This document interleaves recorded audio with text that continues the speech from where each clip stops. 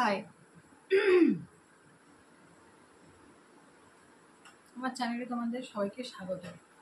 আচ্ছা, তোমাদের অনেকেই জানার ছিল যে 2014 টেট বিষয়ে যে আমি গিয়েছিলাম।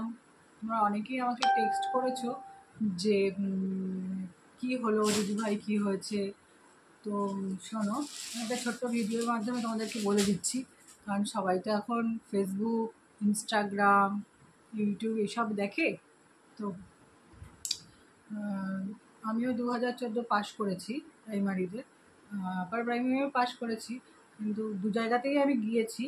তো তারা আমাকে বলেছে যে টেট সার্টিফিকেট দেওয়া হবে যে জুলাই মাসের পর আমাকে বললো যে লিঙ্ক চালু হবে জুলাই মাসের পর, কারণ অনেক ধরনের কেস চলছে। তো সেই জন্য জানো সবাই অনেক ধরনের কেস চলছে, সেই জন্য বলেছে যে জুলাইয়ের 16 তারিখ বা 17 তারিখ পর থেকে তারপর ওরা কন্টিনিউ করবে, ব্যাপারটা নিয়ে ভাববে।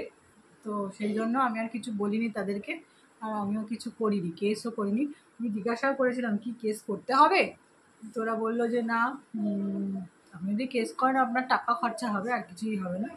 সুতরাং আমি আর কেস করিনি, কিছুই করিনি।